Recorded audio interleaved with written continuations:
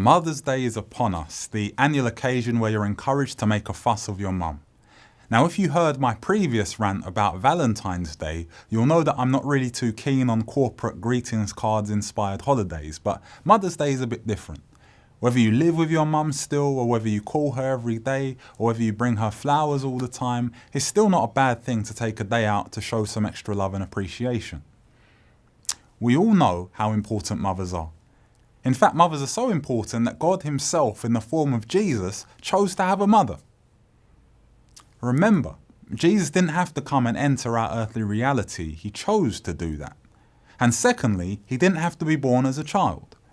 Just like the first Adam entered this life in physical maturity, Jesus, who the Apostle Paul refers to as the second Adam, could have chosen to enter our earthly reality as an adult, as someone who wasn't dependent on anyone but God the Father. But Jesus decided that it was fitting that by some divine mystery he should be born to a mother and be dependent on her for everything, to place his life in the hands of a mother. And that's something pretty special. So if we didn't know mums were special before, and I think God has rubber stamped it. And I think that Jesus also shows us something really important about how a relationship with mothers is a two-way street. I mean, everyone knows that a mother is supposed to care for her child, but at some stage, if circumstances allow, after the process of maturity is complete, a child is supposed to care for their mother. I'm reminded of a very tender moment that John tells us about in his gospel, right at the end of Jesus' ministry. He's nailed up on the cross, and these are literally the last few moments before he dies. Standing as close to the cross as I'm sure she would have been allowed is Jesus' poor mother Mary, and her heart must have been breaking. You cannot imagine how she would be feeling.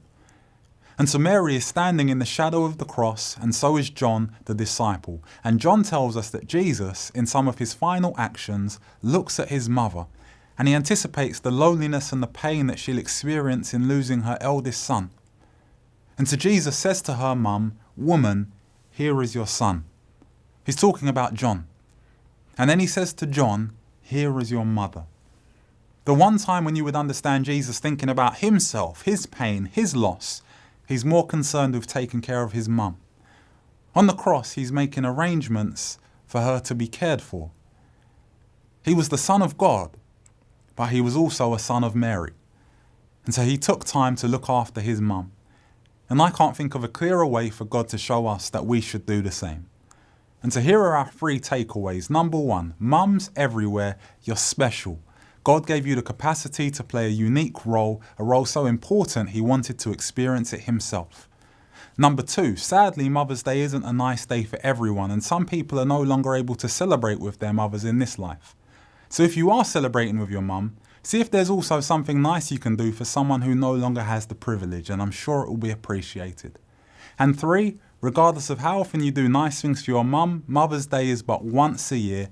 Make her feel special. Show your mothers that you appreciate them and do what you can to help them to live a life less ordinary.